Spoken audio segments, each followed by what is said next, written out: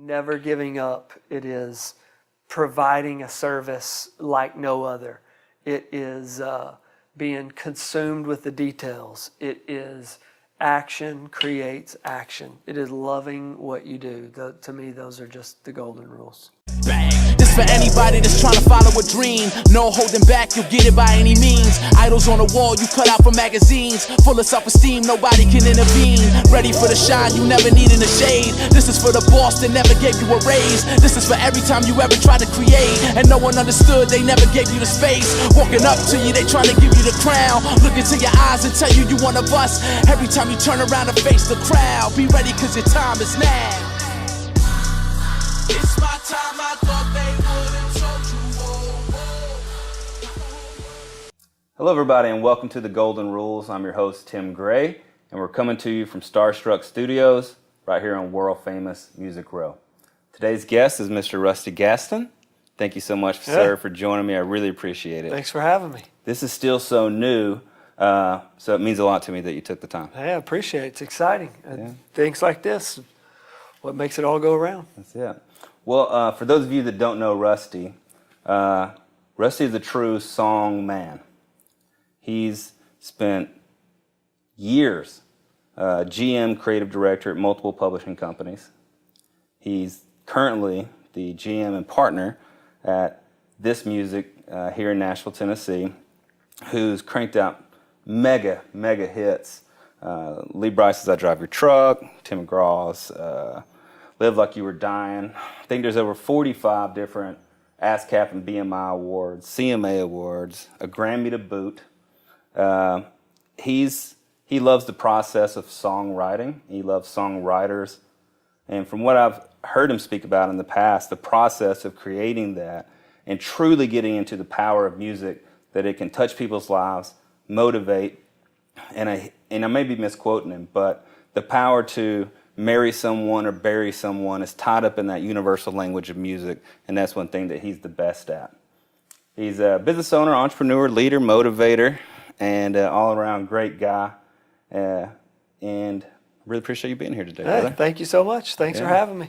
Well, I know one of my first events ever when I moved to Nashville was the solid 15-year, and I don't even remember how I found out about it. I just showed up, and you were speaking at that anniversary celebration, and I knew then that I was like, this guy, we got matching energies. I was like, I'm going to hang out with Was this that dude. at the Country Music Hall of Fame? Yeah, it was. Yeah, I remember that. That was great. And I just remember being inspired that night, hearing you speak with such passion about the organization, about music and leadership and all these things. And of course, I didn't know you from Adam. I didn't know anybody in town except for Jonathan Singleton.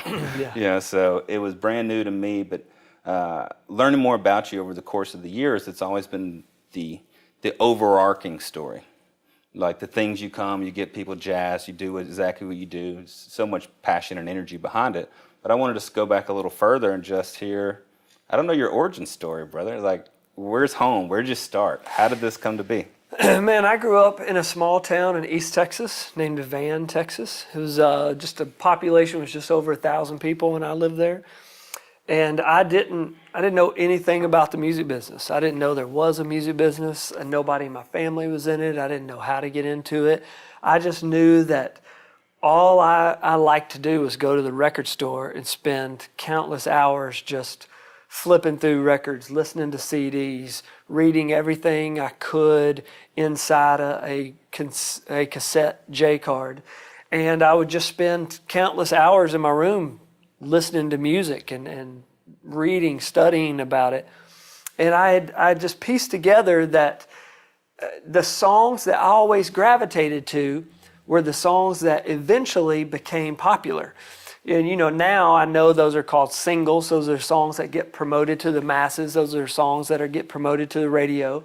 But back then I was just a total teenager fan, and I just knew that the songs that became my favorites, they were my favorites before they ever became hits on the radio. And I had a real defining moment, and this was really like in elementary school. I remember being in a locker room of a gym, and I remember standing up on a bench, and I can see it right now. I remember looking down on a group of guys, and they were singing Brass Monkey by the Beastie Boys. And so I don't know what year that was, But I specifically remember thinking to myself, why are y'all just now singing this song? Like, I played this for y'all way before last school year, before we even left for the summer. But now y'all are just now getting into it. And for whatever reason, that just really stuck with me. And that was a moment that kind of propelled me to just this little spark of something to say, hey, that's something special that I should follow down.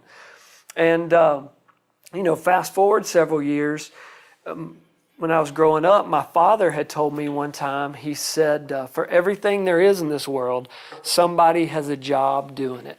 Whether it is manufacturing the chair you're sitting on, whether it's making the food you're going to eat tonight, for just everything there is. So in my mind, I had pieced together that, well, there has to be a job where somebody picks which songs off of these records are the ones that should be promoted to the public. And literally, I was probably 12 or 13 or 14 at the time, and I didn't know what that was called. I didn't know if that was a job, but my dad said everybody has a job doing something, and so I had just figured this was it for me. This is what I was supposed to be doing. And so I didn't know how to do that. I didn't know what it was called. And for me, I ended up growing up in such a small town. I was in choir in high school and middle school, and I was in drama. And that was sort of my foot in the door to figure out how to get into the music business. My senior year of high school, a group of friends of mine who were already graduated in college studying music, they all were going to interview for performance jobs at Six Flags Over Texas, a big theme park and outside of Dallas. And so I went with them totally on a whim. And for some reason, my mom let me go, which was crazy. And because this was 2 hours away from my house. And I ended up getting the job, and none of them did. And so I ended up, my high school, they let me leave high school a few months early, and I moved 2 hours away to Arlington, Texas. And I started a job as a performer at Six Flags Over Texas. And I sang and danced and played guitar. And that was my entrance kind of into the music business. That's awesome. I don't know that I've heard that particular story before. Yeah. That's cool, man. When did you come to Nashville? I moved to Nashville on August 17, 1996. So I left high school in 94, and I was working, like I said, at Six Flags Over Texas, performing. And I loved it. It was a wonderful job. It was a great experience. I was in big, multi-million-dollar rigged shows. I was going to a college in Fort Worth called Texas Wesleyan University, and I had seen an interview on the Nashville network with a country artist named Trisha Yearwood, and she was saying that she interned for a record label.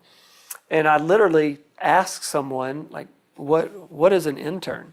They said, oh, you work for somebody for free to get experience. And I was like, man, like, where do I sign up for that? I'll do that in a second. And so I just cold called the production company that produced the show I was in at Six Flags, because I knew that there had to be a meeting where human beings sat around a table. Somebody pitched the idea of the concept of this show. There were words spoken, some paperwork exchanged hands. Somebody signed something, and then this performance is going on. What I was interested in is I didn't want to be involved in the performance. I wanted to know what happened in that meeting. What were those words spoken? What did the paperwork look like that brought that to life? And so I just cold called this production company and asked them, could I come intern for them? And I'm sure they just looked at the phone like I was crazy. And just the greatest gift of my life, they said yes. And that company still exists today. It's called Wow Entertainment, based in Dallas. There's a great guy who's a mentor, friend of mine named Mark Breimer. And he still today is the #1 print arranger in the country for Hal Leonard Music Publishing, which is the largest print publisher.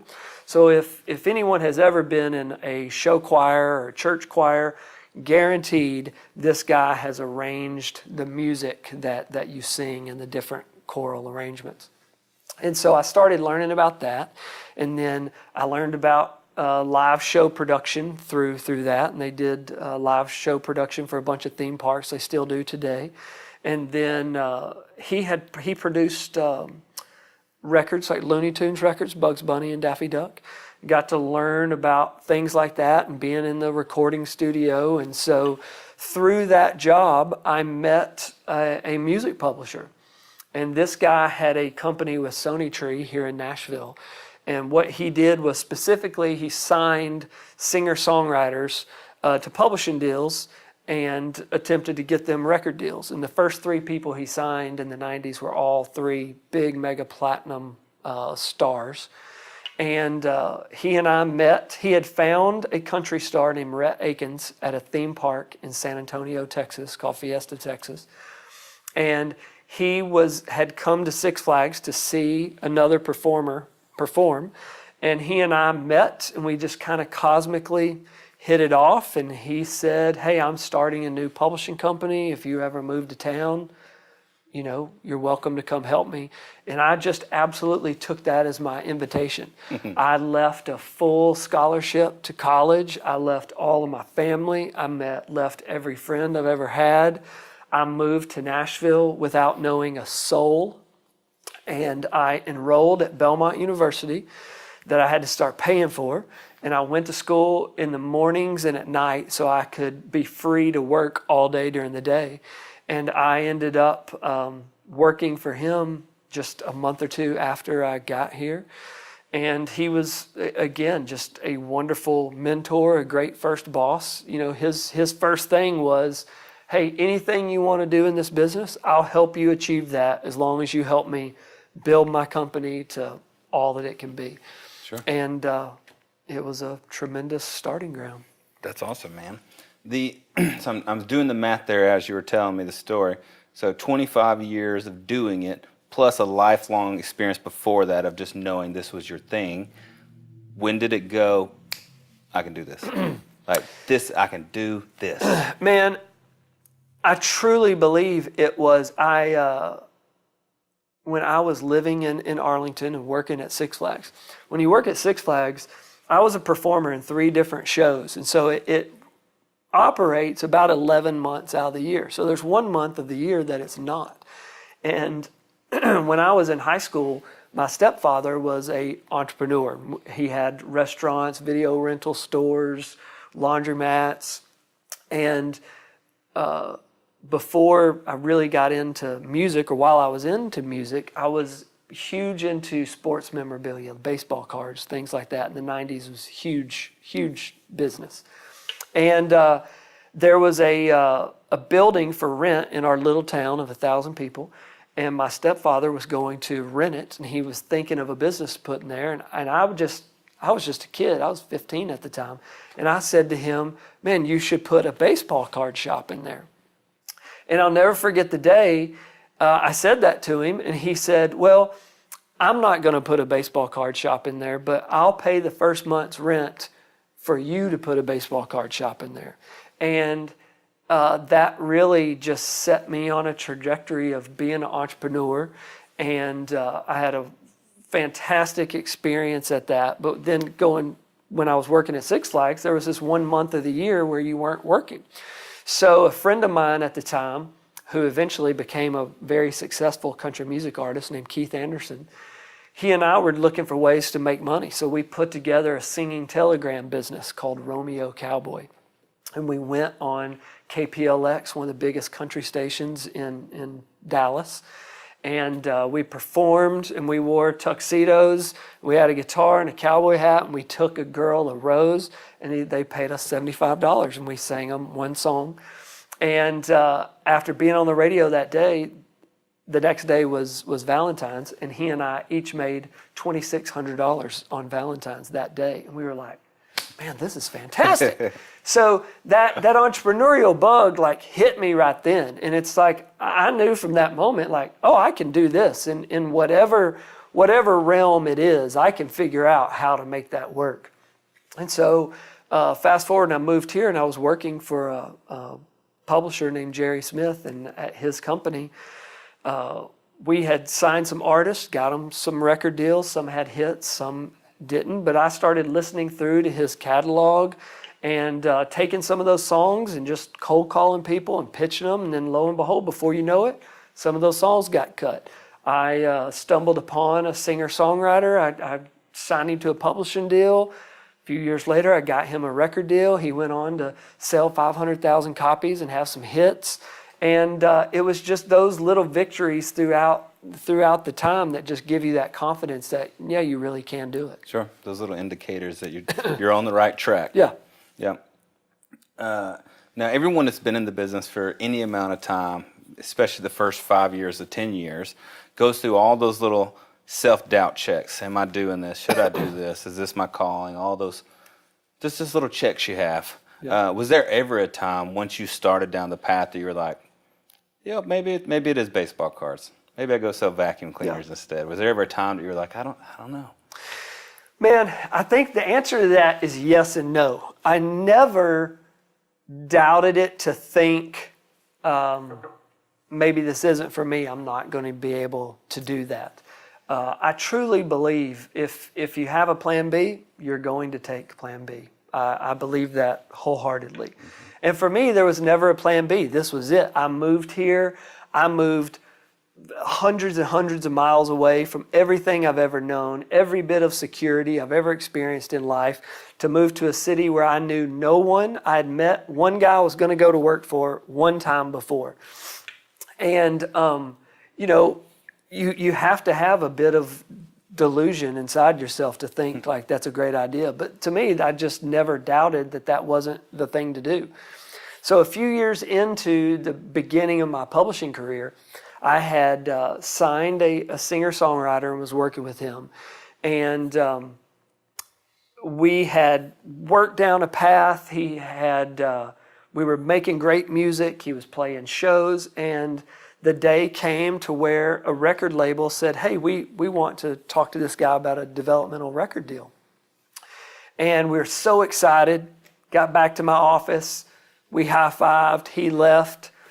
It wasn't 10 minutes later, my cell phone rings, and it was somebody calling. They said, hey, is this guy with you? And I said, no, he's gone. And they said, hey, I want to let you know, the police are at his house, and he has stolen over $25,000 worth of sound equipment, and they have found it in his home, and the police are going to arrest him, and he's going to jail. And come to find out, this artist had a horrible crystal meth addiction. And I had absolutely no idea. I'd never been around anything like that. But I then had to go in to the president of the company and say, hey, you know, this guy I've signed and I believe in so much, and I've spent $91,000 of the company's money in developing this artist. Well, he is in jail. And I thought at that moment, well, this is it. Like it's all over. All my hopes and dreams, I've put them into this basket, and it has exploded in my face, and it's over. And I'll never forget at that moment, the president of Warner Chapel in Nashville at the time, his name was Tim Whipperman. And he said to me, he said, Rusty, he said, there's a reason why God wanted you to learn this lesson this early in your career. And he said, let's figure out what jail he's in. And he said, let's figure out how to get him into recovery, and let's figure out how we can help him and get him back on track. And my employers never doubted me, and we helped this artist get transferred to a different jail, and he went through recovery. He got out of recovery and earned his publishing deal back. And a year later, got him a record deal on Sony, and he had couple, 3 big hits. Like I said, sold 500,000 records, and still has a great career playing music today. But in that moment, it was incredibly scary of, oh my gosh, here's this thing that has my fingerprint all over it, and I've invested an enormous amount of this company's money that they've entrusted me with, and it looks like it has been a horrible disaster. And luckily, we were able to get it back on track, and it turned out to be a very, very happy ending. But I answer the question yes and no, because no, I never doubted for a second. But yes, there was definitely that one moment was a defining moment of it helped me kind of identify those things that are really important to me that I have since based my career on. And part of that being is my passion for somebody. From that moment forward, I decided that, man, if I don't have that level of commitment to work with somebody, to walk with them through those dark times, to see it through to the other side, well, then it's not worth doing. And so from that point forward, I started asking myself when I would sign anybody, and I still do today, I say, would I mortgage my house for this? And I literally picture, would I go in and say to my wife, hey, I have found a talent, and the only way I think we can afford to do this is mortgage the house, therefore risking our entire family's future on this.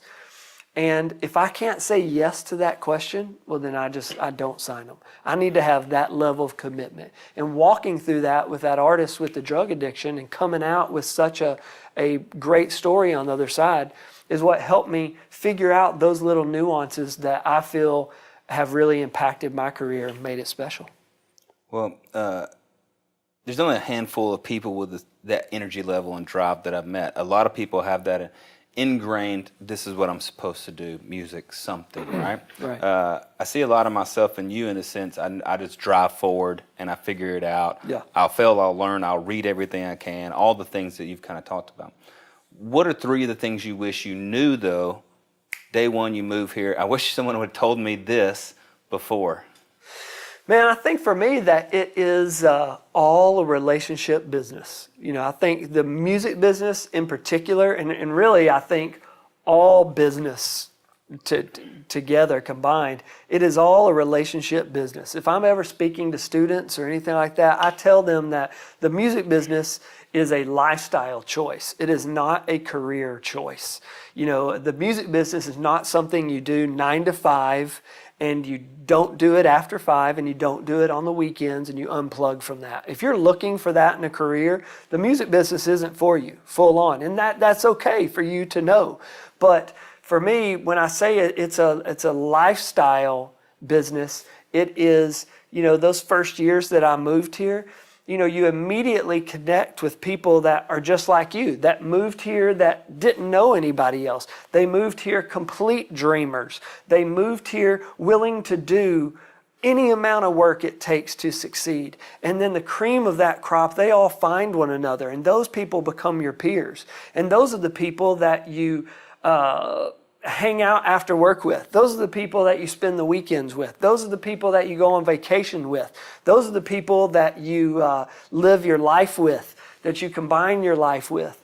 And, I think that is one of the very first things that everyone may not realize on the surface, that Sure. They may think, oh yeah, that's a job and I would like a job. Well, there's this, to have a career in the music business, you're not going to find a job. It has to be a lifestyle choice. Absolutely. Yeah. You've actually touched on a few different times now about people that have made an impact or mentors in your life.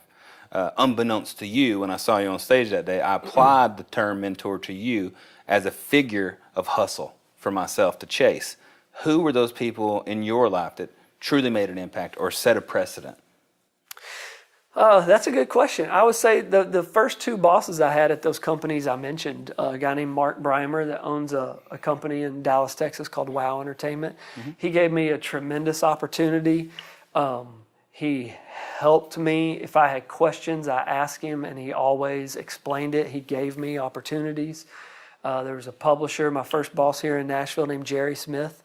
He was the very best boss I could have ever dreamed of, because specifically, as I mentioned before, he said, anything you want to achieve in this business, I'll help you achieve that if you work as hard as you can to make my company a success. And I just thought that's the way everybody did it. I just thought that's the way every boss was. And I've since learned that unfortunately that is not the norm, and lots of people don't have that experience. And you have people that Unfortunately, there are people that may not want to see you succeed because it may compete with what they're doing or things of that nature. And I just always also just learn to approach every situation to where, it's that thing that Zig Ziglar says, where if you help enough other people get what they want, it's going to help you get everything what you want. The law of reciprocity. I just completely can't preach that enough.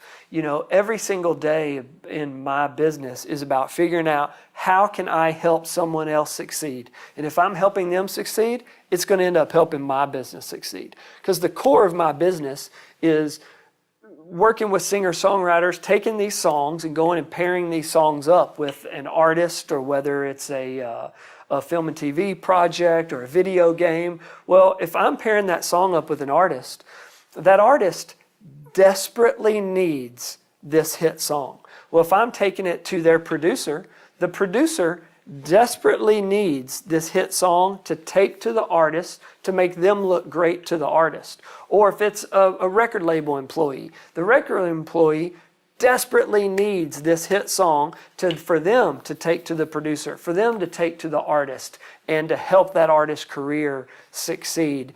And it's each person in the path helping the next one along. And when it works like that, it ends up succeeding. Sure. And where it comes off the track is when someone derails that line of helping the next guy. Sure. That's a lot of where the idea for the show came from, is the golden rule. Just do the damn right thing. Help everybody around you. You'll be fine. I've never helped a lot of people and been cut out myself or punished for that.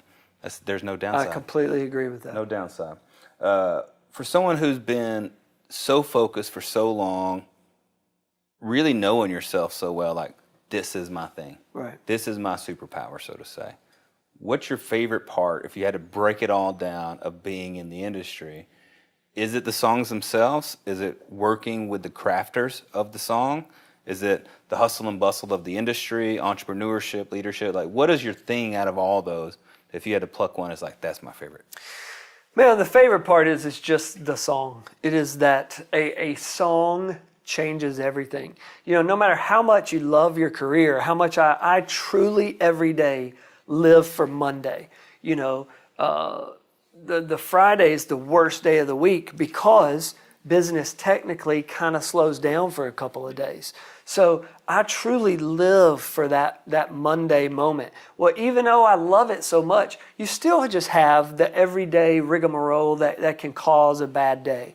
But nothing can change a bad day on a dime like getting the right song. Getting the song that I know for a fact I can take and help somebody else with it. And it's going to help their career, and it's going to help this artist's career. And what that's going to do is it's going to help the promoter's career. It's going to help the booking agent's career. It's going to help the band's career. It's going to help everybody. Sure. Getting that song in that moment to where you truly know you have some lightning in a bottle, something special that absolute lives will be touched, commerce will happen out of that song. To me, that's the one spark special moment. And it can come at any time when you least expect it. It can come from any songwriter you work with. It can come at day, at night. That's why, like I say, it's a lifestyle choice. It is, hey, a songwriter sends you a song in the middle of the night, and I may listen to it then. Right then, I can be up the rest of the night, excited, formulating a plan, figuring out who do I need to call first thing in the morning, what do I need to do with this, that type of thing. Sure. I've never been on the publishing side, but you said something there that I found incredibly impactful because I've experienced it. And it's the power of a song from the creation standpoint. Right. Everyone knows the power of a song of listening. Everyone's driven around and cried, I drive your truck. I don't think there's anyone that's heard it that hasn't experienced the power. But I was working with an artist who had lost his father. And that's a really hard thing to deal with anytime, much less from an artist's perspective or a manager's perspective, helping walk them through that. But he was incredibly courageous in the sense that he dug into that pain and he pulled and he extracted that to share it with the world. Right. So we sit down, created it. We go into the studio to, try to finalize this, but it wasn't quite right. Every run, it was like, just something missing. The song was fine. It was the rest of it we were building into it. And we finally got to the point where we had added organ and piano.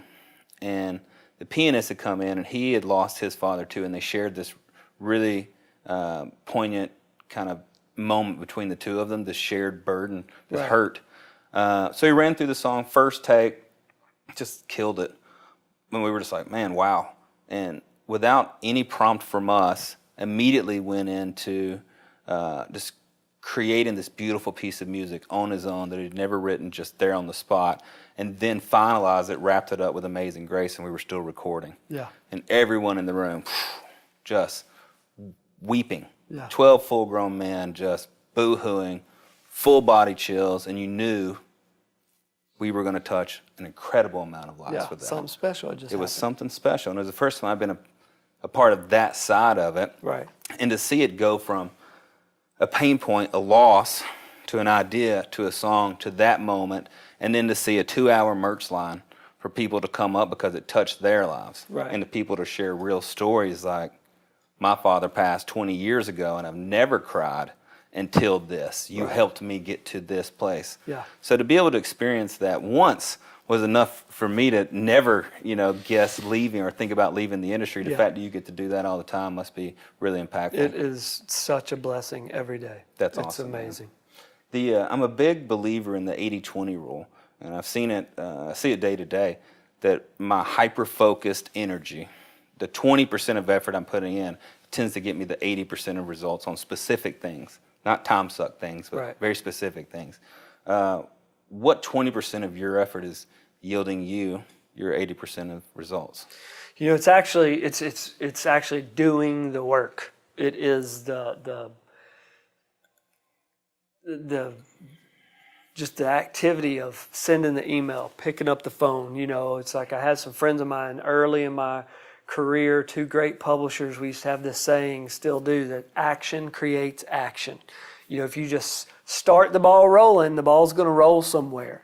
And for me, that 20% is doing the work. So many people love the idea of the music business. They love the concept of the music business. They love the idea of listening to music, but it's really that idea of picking up the phone, playing it for the right person, figuring out where it needs to go, figuring out. To me, it's sort of like solving a mystery. It's like being a detective of figuring out, okay, I've got this song and I really truly believe it's great for this artist. How is the most effective way to get there? What are the political landmines that you have to jump through? What are the hoops you have to cross? It's discovering and figuring that stuff out. That is the secret and the enjoyment of it. But that 20% is actually doing the work, where so many people just miss the obvious of doing the work. Sure. Have you ever watched the TV show Gold Diggers? No, I never have. It's just like, they're gold miners. Yeah. Not the other gold digger. Yeah. So they're out there every day.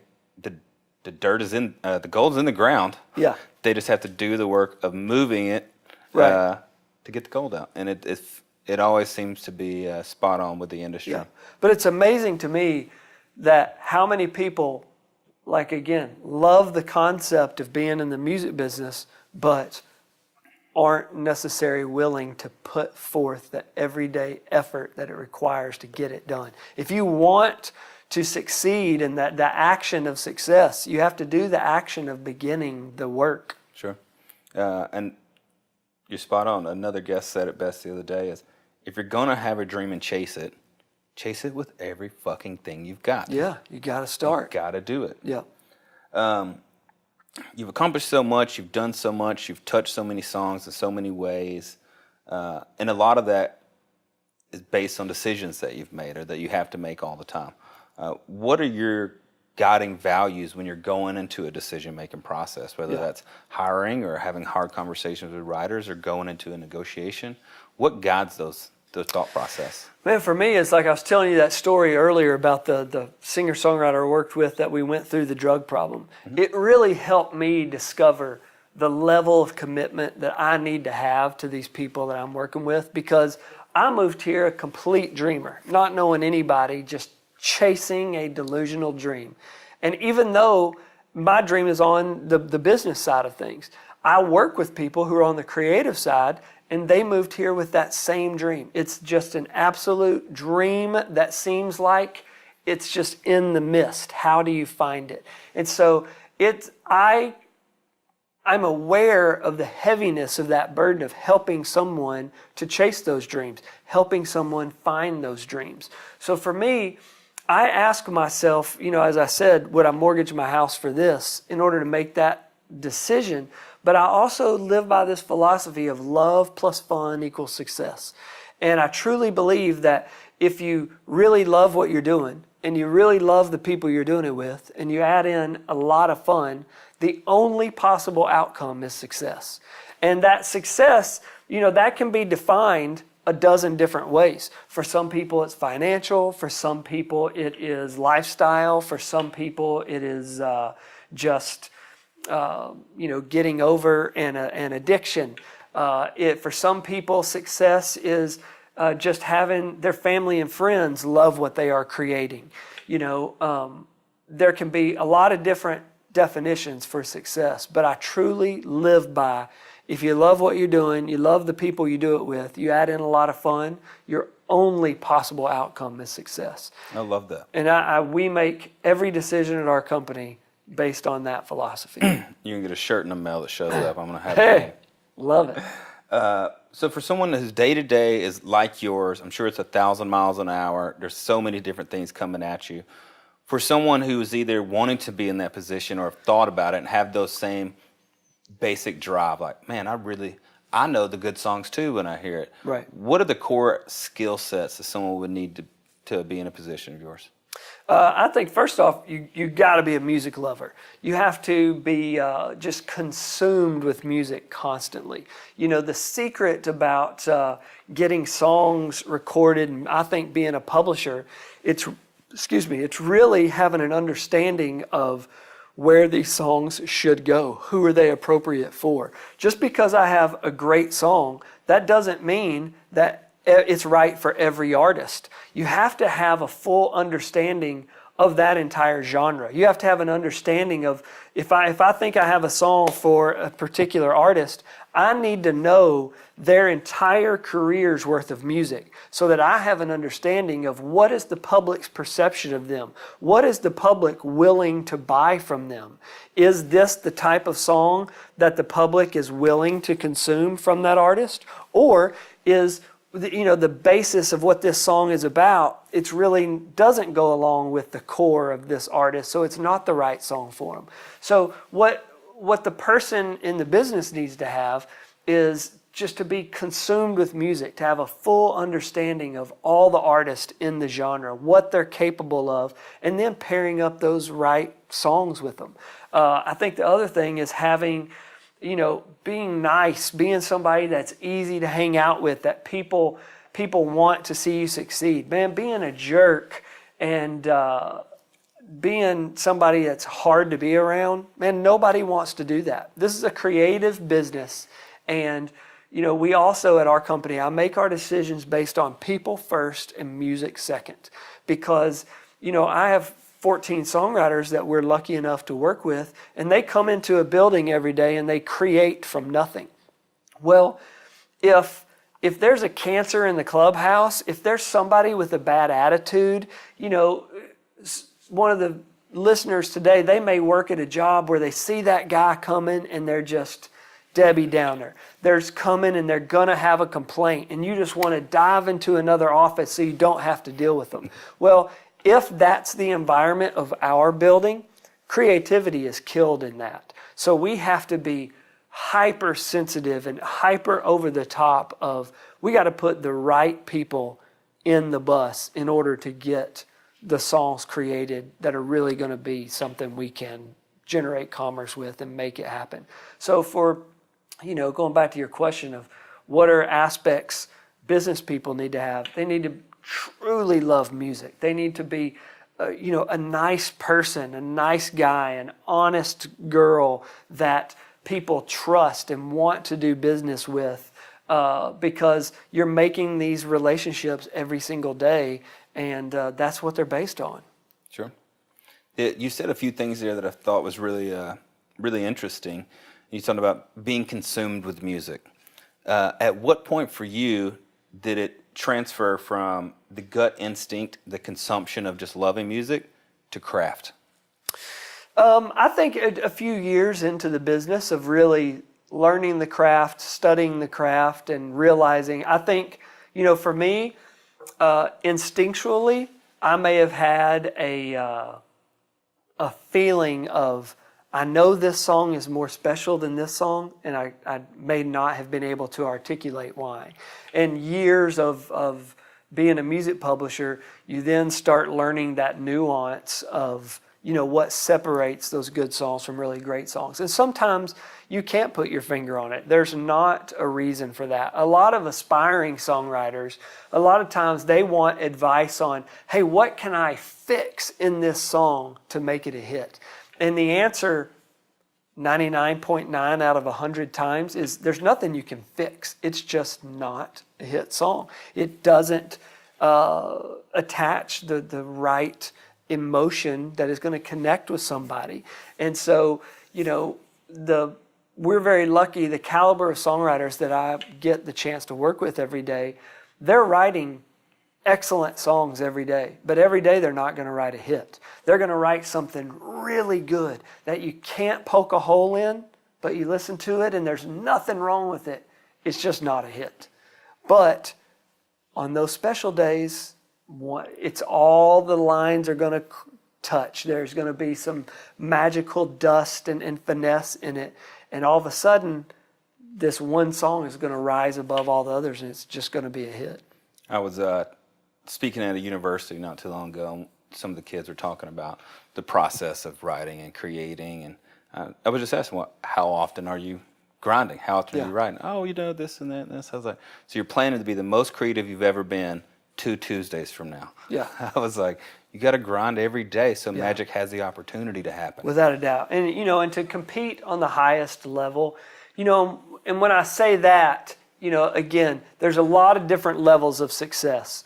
But we've been lucky enough to, 2 of the songwriters I work with have been ASCAP BMI Songwriter of the Year. I think 6 or 7 of the songwriters I work with have all written Songs of the Year.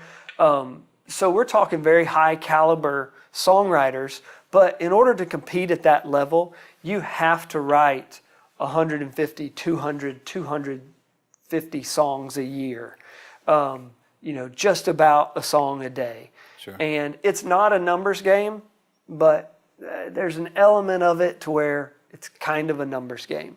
You just need to be able to do it at that pace to really compete on the very, very, very highest level. Sure. You're not going to see a songwriter who has 5 number ones in one year and they wrote 20 songs that year. That is not how it works.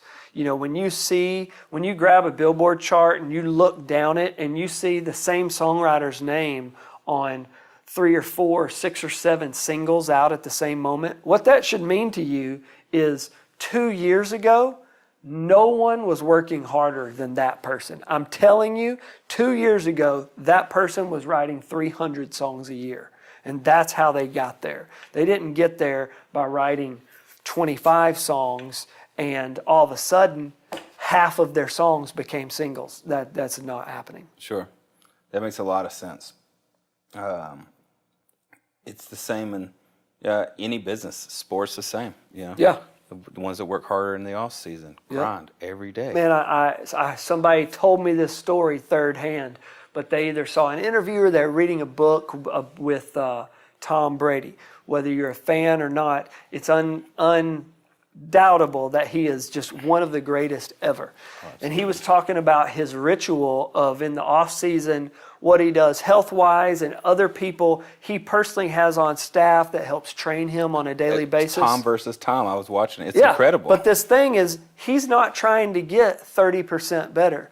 He's trying to get 1% better. I love that. And it's like, yes, like the songwriters that I'm lucky enough to work with on a daily basis, they're not at every song they write is going to be really good. And they're never going to get 50% better of a songwriter. They're already at the top of the game, but it's that thing of, can they put that magical combination where just 1% more of them have the hit factor on them. Sure. And all of a sudden, that's a game changer. That puts them in the Hall of Fame category. Absolutely. As opposed to the guy right underneath them. I love that. I'll send you a link. Yeah, I would love to see it. It's really freaking good. Yeah. All right, so we've kind of called up birth to now for the most part. I'm always so interested in momentum. And I know if anybody has it, you're always pushing that just for your energy and your passion alone, and that you're a true entrepreneur at heart. What is your mindset for the next 5 years? I think for me, for the next 5 years, is we've built the foundation of a great company here in Nashville. And for the next 5 years, it's about continuing that and expanding that. It is about us providing the unarguable greatest service to creative people possible. For whatever reason, from day one, no one's ever told me this. I've just always envisioned and orchestrated my role as a publisher as it's my job to manage the careers of those songwriters just like an artist manager manages an artist's career. Create opportunities, help build a brand, help tell a story. People only know what you tell them. And it boils down all the way to that in the song business. And so for us, I am hypersensitive to everyone that's on our creative team dealing with the songwriters and the artists to know that, are we doing everything in our power to take care of every detail of their day, of their week, of their career that is going to put them in a position to be as creative as possible. Because the deal is, if they have distractions in their life, if they've got something going on that's bringing them down, and they're only capable of bringing 80% of themselves into the room to create, we might as well not even do it. Because even at the highest level, those Song of the Year, Songwriter of the Year songwriters, they have to bring 100% of their ability into the room in order to create something that's going to be competitive. You and I may win the lottery, but chances are we're really not going to. That can't be our plan. Our life plan can't be, I'm going to win the lottery. If you're only going to bring 80% of yourself into the songwriting room, then you're just playing the lottery. It's not going to happen. And so, our team has to figure out a way to put these songwriters and artists in a position where we empower them, encourage them, support them, where they can create at 100% of their ability, because that's going to be their best chance of creating something that's going to touch lives, inspire people, make people want to buy downloads, go to their concerts, buy merch, listen to their song again, stream it again, tell somebody about it. And, that's the thing we're super focused on, is making sure that service is at the top of the list. So for us as a company, we've been around for 12 years. For the first 7 or 8 years, we were hyper focused on contemporary hit country songs. After that 7 or 8 year mark, we just started expanding, but not chasing down other roads. We just kind of opened the door to other roads. And through that, we have built a legitimate Christian side of the business. We are now building a legitimate pop music side of the business. And we have developed and are building a legitimate artist management side of the business. That's and great. So as those things come naturally, we now have the ability to pour into them and expand them, but still the focus of each one of those pieces being service. Sure. You said something that stuck with me, and this was several years ago, and I tend to believe it, but I know it can be polarizing in an industry like ours. And I think someone had asked you a question about work-life balance, and I think you said, what the hell is that? Yeah.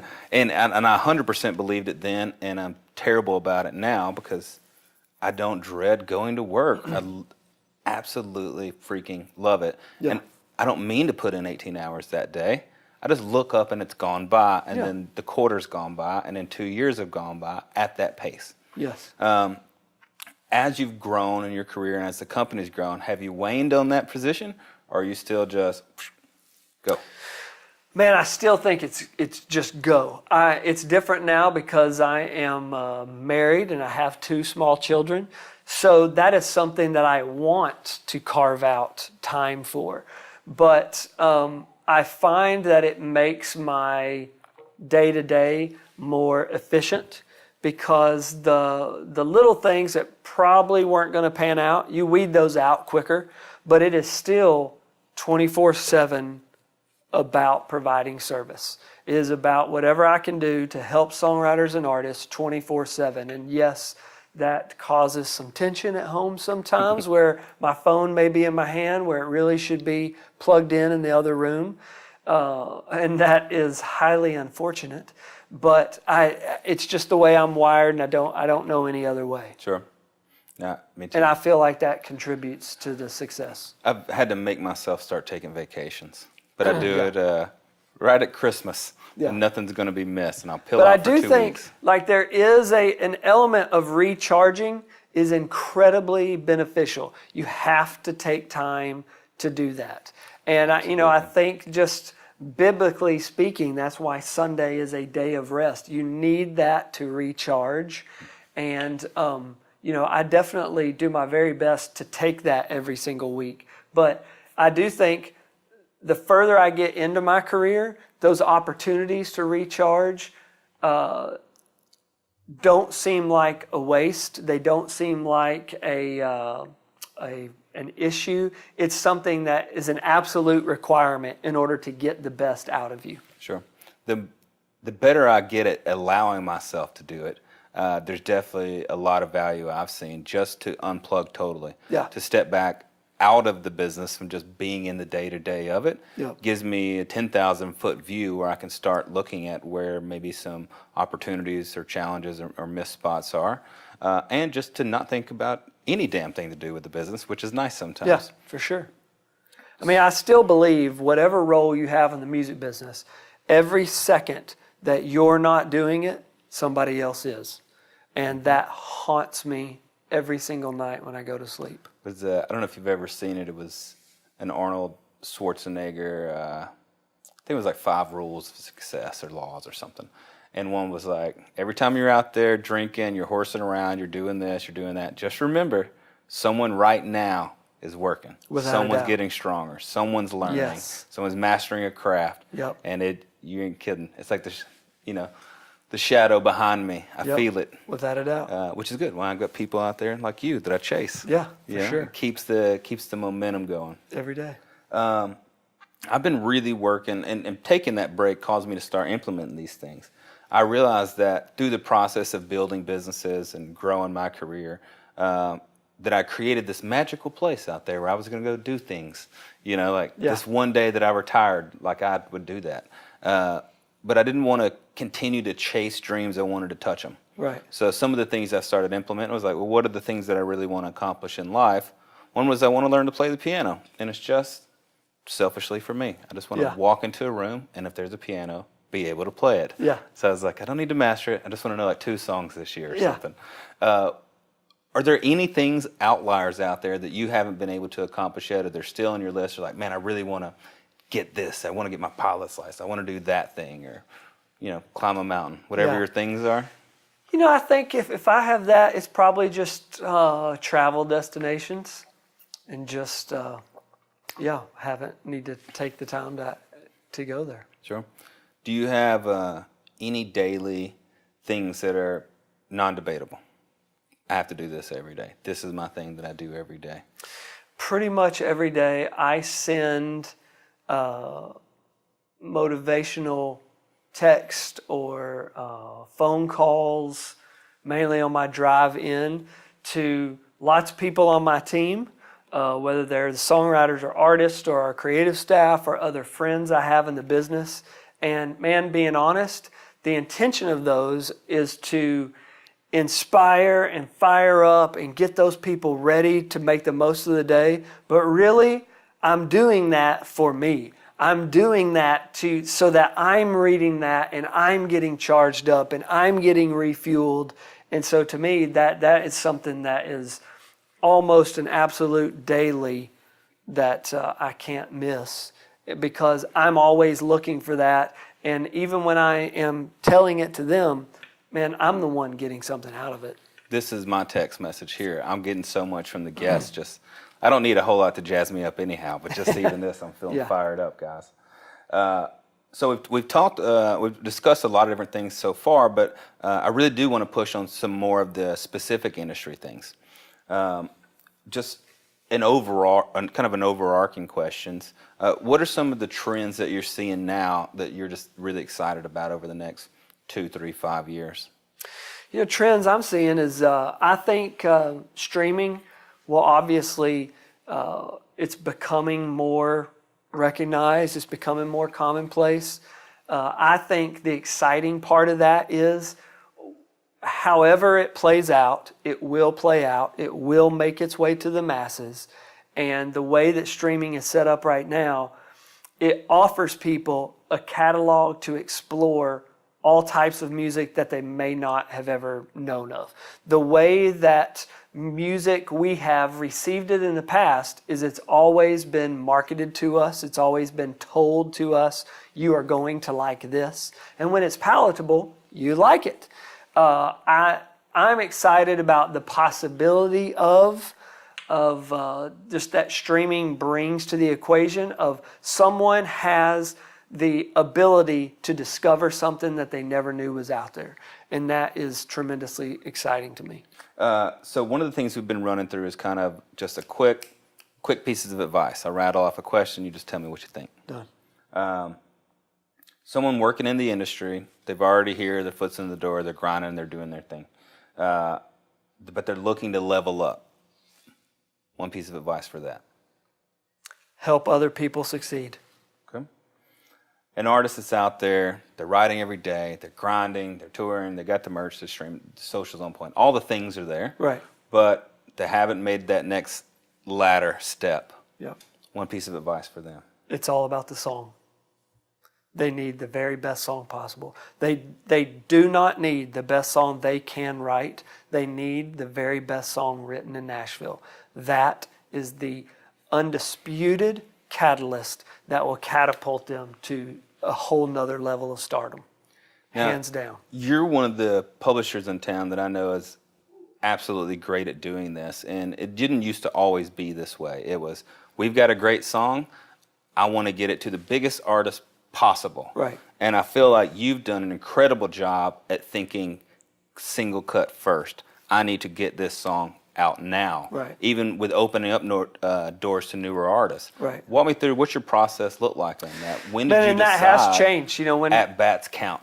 Oh yeah. When I started my career, it was very much that way. You got a song and you went this top-down method. You went to the biggest superstar and then you worked your way down the star ladder to pitch it to them. But that was in a day to where mechanical royalties really mattered, records sold. But today, man, flat out, it's all about singles. And so for us, we really change our philosophy of, yes, Tim McGraw today as we sit here is in the process of making a record, but he's recorded half of it. He's not going to record the next half until maybe several months from now. So there's a whole lot of artists way down the chain below him that have potential of recording and releasing singles before he does. So today, those artists are bigger priorities than Tim McGraw or Kenny Chesney. Sure. And so I definitely approach it that way every day. As I walk in, the hottest song I have, I figure out who is the quickest single potential for this song. What artist out there fits this song, and which one of those artists has the ability to release this song to the public the quickest. And then that artist is the number one priority for that song. Now, songwriters still haven't come around to that yet. They still like the idea of, oh man, my song is for sure going to go to the superstar selling out the arena. But the best thing for their song to do is to go to the guy who's had one hit, the guy who's had a couple of hits, the guy that's not a household name, where that song could catapult them to being a household name. And then what ends up happening out of that is if you deliver that song that is the career record for an artist, they're always going to come back to your trough. They're always going to come back and look at your goods to see what you have. Do you have another song in there that can help their career? And so to me, it pays off twofold that way. Absolutely. It's like Moneyball. Yeah. Get on first. Yeah. Just get the hit. Just get out there. Yeah. All right, cool. Being someone in your position, you get all shapes and sizes of songwriters, and as we see every year, right on the row, Songwriter of the Year is different for the most part every other year. Yeah. How do you keep the ones that were Songwriters of the Year in 2009 as motivated in 2018 when maybe they've gotten off track or now they're not the hot person anymore? Yeah. How do you keep pulling the absolute best out of them when the accolades like they were or just have just shifted or changed a little? Yeah, I think that's different. That partly half of that battle is internal inside of them. If they lose the fire, there's nothing you could do that's ever going to get it there. But if that competitive spirit is constantly lit inside of them, then your job doesn't change any. It's just a constant reinforcement every day of encouragement. Here's what we can do. Let's put a plan together. Let's do this. Let's make this happen. You can do this. Here's another opportunity. And they're constantly jumping and stepping up to every one of those opportunities. That's going to keep them in the competitive ball game year after year after year, decade after decade after decade. It's always interesting to see the coaching process when you go through with a creative that doesn't necessarily get that fuel from the stage or those other things, where a lot of it does have to come within, or from you. You know, a lot of the cheerleading side of it. Yeah. You've touched on it a few times throughout our conversation about building relationships. Easier said than done for some people. What piece of advice would you have on building that true friendship, a true lasting relationship? Then I think it is partly just you think about the best friends you have now. What you love about them is that they're honest. You love that they are dependable. You love that they don't let you down. And you should bring all of those things into business relationships, and never approach a business relationship of how it's going to help you. Approach it of how is what you're doing adding to their success, adding to someone else's achievement, and then undoubtedly it's going to come back on you. What's the greatest piece of advice you think you've ever received? That's a good question.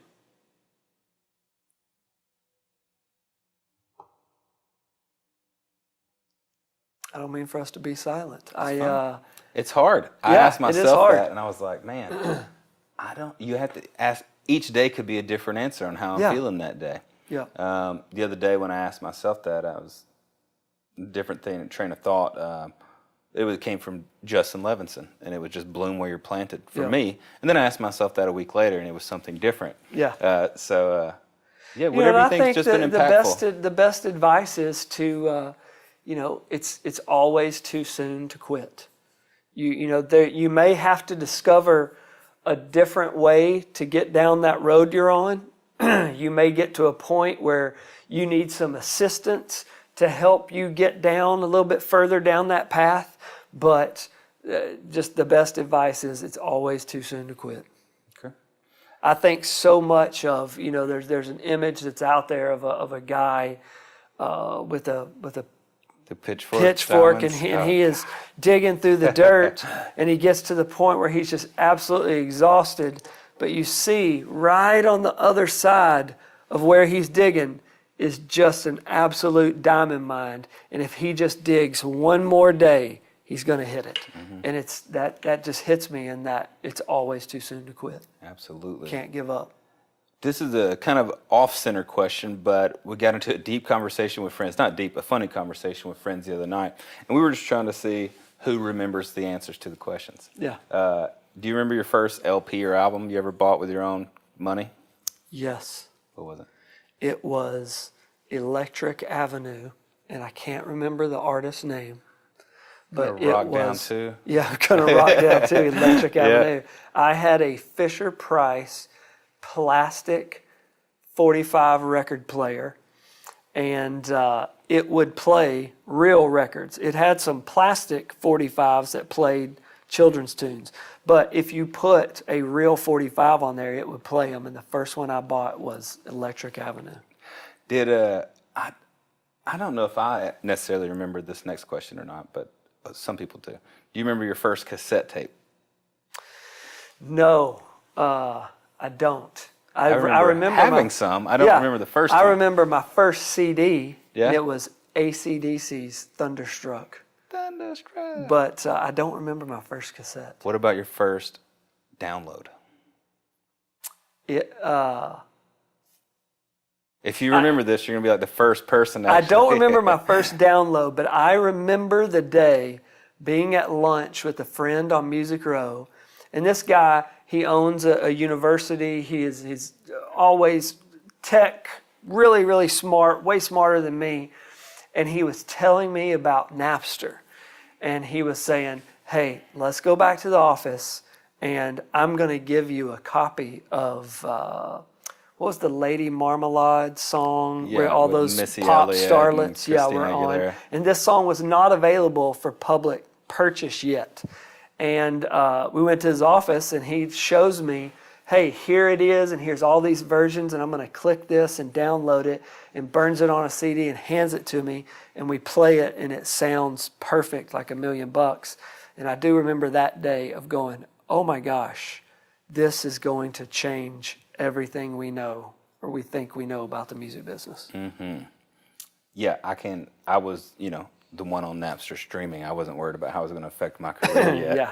But I can imagine that was a powerful point. Yeah. Do you remember your first stream?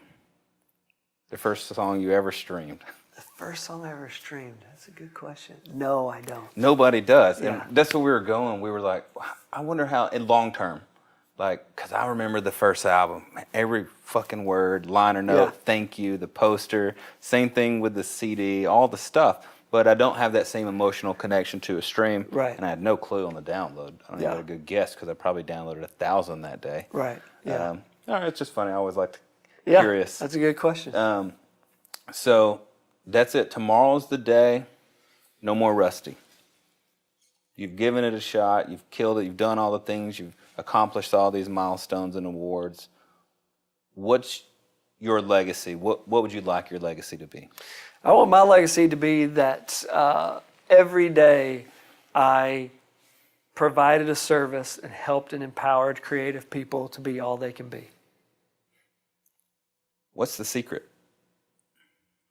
For me personally, it is never losing that enthusiasm.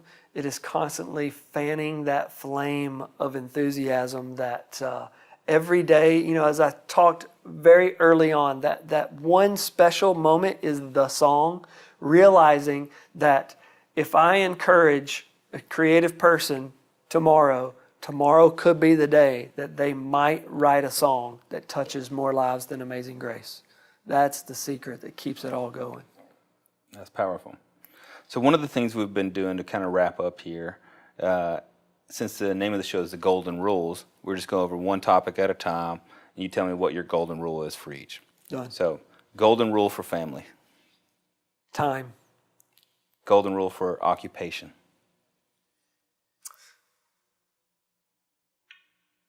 Is this just one rule? Whatever this you want. is a golden rule? Your truths. What have you found that you can attach to work that is not work? Your thing that's most important to you for family.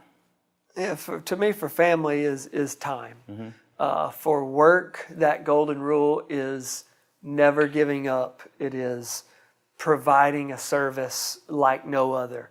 It is being consumed with the details. It is action creates action. It is loving what you do. To me, those are just the golden rules.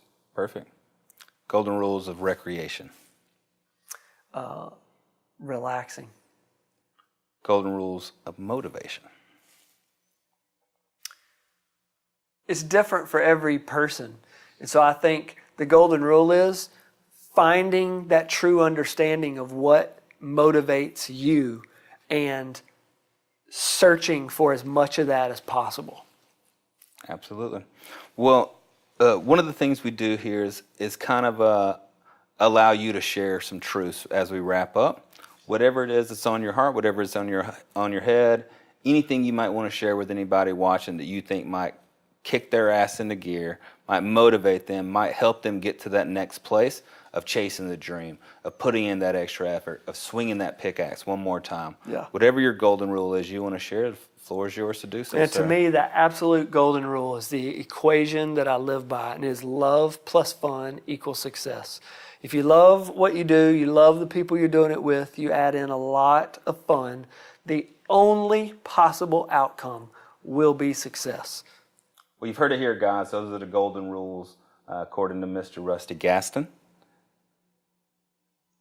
Love plus fun equals success. Know yourself. Chase your passions. Don't be a jerk. Give more than you take. Spend time with your family. Grind. Chase it with everything you got. Thank you for joining us. Bang! This for anybody that's trying to follow a dream. No holding back, you'll get it by any means. Idols on the wall, you cut out from magazines. Full of self-esteem, nobody can intervene. Ready for the shine, you never need in the shade. This is for the boss that never gave you a raise. This is for every time you ever tried to create and no one understood, they never gave you the space. Walking up to you, they trying to give you the crown. Look into your eyes and tell you you want to bust. Every time you turn around and face the crowd, be ready cause your time is now. It's my time, I